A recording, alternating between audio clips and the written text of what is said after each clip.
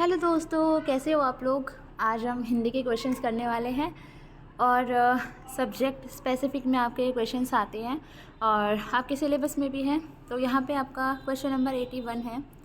निर्मल शब्द का विलोम आपको बताना है। तो निर्मल का जो विलोम होता है, उल्टा है, वो मलिन होता है। आपको पता भी होगा, सुंदर, साफ, पवित्र ये अलग है, ठीक है। ये इसका विलोम नहीं है, मलिन इसका सही उत्तर हो जाएगा। अगला प्रश्न है हमारा जलसा। जलसा क्या होता है? जलन, जल, जलाधार नहीं, समारोह इसका सही उत्तर है। जलसा निकला हुआ है, ऐसे बोलते हैं ना, कोई समारोह हो रहा है, ठीक है, कोई झांकी टाइप निकल रही है बड़ी सी। क्वेश्चन नंबर 83 है, मधुशाला के लेखक कौन है? और मुझे तो याद है इसका आंसर, आप लोगों को भी पता होगा। हरिवंश राय बच्चन जी ने लिखी है, जो कि अमिताभ बच्चन के पिताजी हैं। और बहुत अच्छी है ये जो उन्होंने लिखी है मधुशाला, बहुत बढ़िया लिखी है, मतलब सारे भेदभावों को मिटाती हुई ये पोएम बहुत बढ़िया है। उसके बाद हमारा क्वेश्चन नंबर 84 है, कमर सीधी करना। आज तो बहुत दर्द है कमर में, आज बहुत थक गए हैं, चलो थोड़ी कमर सीधी कर लेते हैं, मतलब थोड़ा आराम कर लेते हैं। तो क इसका सही उत्तर हो जाएगा। अब क्वेश्चन नंबर 85 है, चारू चंद्र की चंचल किरणें खेल रही है जलथल में। कौन सा अलंकार है जहाँ पे एक ही वर्ण की आवृत्ति बार बार होती है? तो वहाँ पे हमारा अनुप्रास अलंकार होता है। तो यहाँ पे च च च, ठीक है, च च च च बार बार रिपीट हो रहा है। चारू चंद्र की चंचल किरणें खेल रही है, ठीक है। जब एक ही वर्ण की आवृत्ति बार बार होती है तो वहाँ पर अनुप्रास अलंकार होता है। नेक्स्ट क्वेश्चन हमारा है 86, गरज उठे 40 कोटि जन सुनिए भजन उछाह भरे में कौन सा रस है? तो इसमें वीर रस है और मुझे इसका उत्तर गूगल करने पे नहीं मिला। तो एक एमपी की 8th क्लास की बुक डाउनलोड हुई मुझसे, जिसमें इसके जो पोएम है ये लिखी है।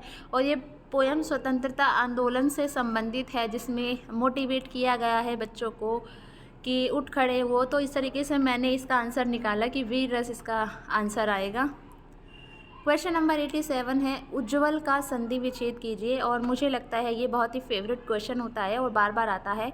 तो उज्ज्वल का हमारा सही जो बैटरी गई इसकी, उत जमा ज्वल, ठीक है। ये भी सेम है, ये भी सेम है, लेकिन यहाँ पे हलंत का देखो, हलंत का फ़र्क है, नीचे हलंत नहीं लगा है। तो जो हलंत वाला है ये वाला सही है हमारा। तो ये हो जाएगा हमारा उत जमा ज्वल। तो इसका सही आंसर हो जाएगा। कौन सी संधि है इसमें? तो इसमें हमारी है व्यंजन संधि, ठीक है। क्वेश्चन नंबर हमारा 88 है, कमल नयन में कौन सा समास है? जब आप किसी की विशेषता बताते हो किसी से कंपैरिजन करके, तो वहाँ पे हमारा कर्मधाराय समास होता है। विशेषता से याद रख सकते हो, कमल नयन, कमल से नयन, ठीक है, कि कमल जैसे नयन तुम्हारे। तो कर्मधाराय समास, आप किसी की तारीफ़ कर रहे हो किसी और को कुछ बताते हुए कि नहीं तुम्हारा तो चांद सा मुखड़ा है, ठीक है। क्वेश्चन नंबर 89 है, वीरांगना का पुल्लिंग है वीर वीरांगना, ठीक है, इसका पुल्लिंग शब्द हो जाएगा। 90 है, सम्राट अशोक के शिलालेख सबको पता ही है, प्राकृतिक भाषा में मिले थे। श श स ह, ये ऊष्मीय व्यंजन है। अब आप कहोगे मैम यहाँ पे ऊष्मीय तो इस ऑप्शन में है ही नहीं। तो ऊष्मीय व्यंजन को संघर्षी व्यंजन भी बोला जाता है, ठीक है। तो इसका ये सही आंसर हो जाएगा। क्वेश्चन नंबर 92 है, सावधानी शब्द में प्रयुक्त प्रत्यय कौन सा है? प्रत्यय जो पीछे लगते हैं शब्द के, प से प्रत्यय, प से पीछे, ऐसे याद कर सकते हो। तो यहाँ पे जो सावधान है, ठीक है, यहाँ पे जो सावधान लिखा हुआ है ये हमारा क्या है? मूल शब्द है, ठीक है। और जमा ई, तो ई हमारा यहाँ पे प्रत्यय हो गया। सही आंसर का हो जाएगा सावधानी।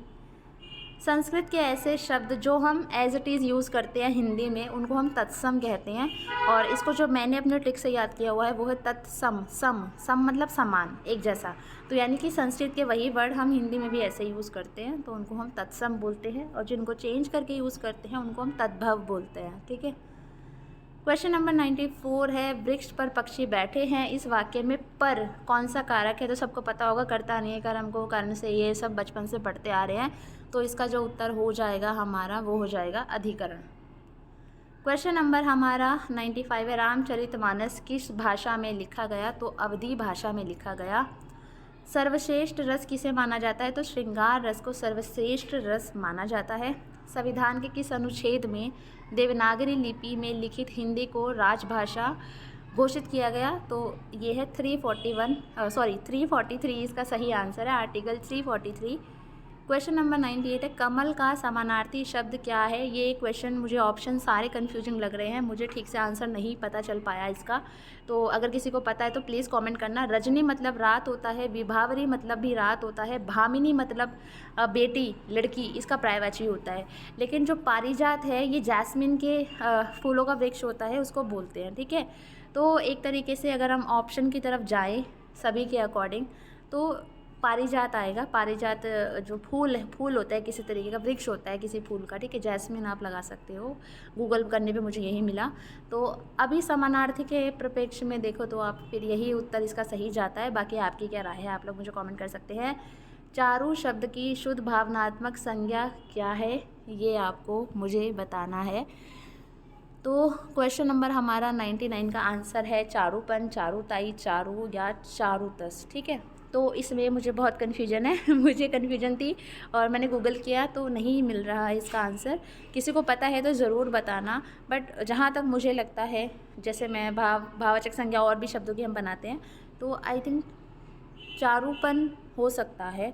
बाकी आप प्लीज़ मुझे कमेंट करके ज़रूर बताना, क्योंकि मुझे भी इसका सही उत्तर पता चलना चाहिए। क्योंकि मुझे भी सब कुछ नहीं आता, सबको सब कुछ नहीं आता, हम एक दूसरे से ही सीखते हैं। और मैं भले वीडियोस बना रही हूँ बट कुछ चीज़ें ऐसी भी है जो मुझे भी सीखनी है। तो प्लीज़ जहाँ मैं कुछ क्वेश्चन आपसे भी पूछूँ तो प्लीज़ आप आंसर किया करें और अपने विचार ज़रूर रखें इस चीज़ पर। अब हमारा लास्ट का आज का क्वेश्चन है, उच्चारित ध्वनि संकेतों की सहायता से भाव या विचार की अभिव्यक्ति क्या कहलाती है।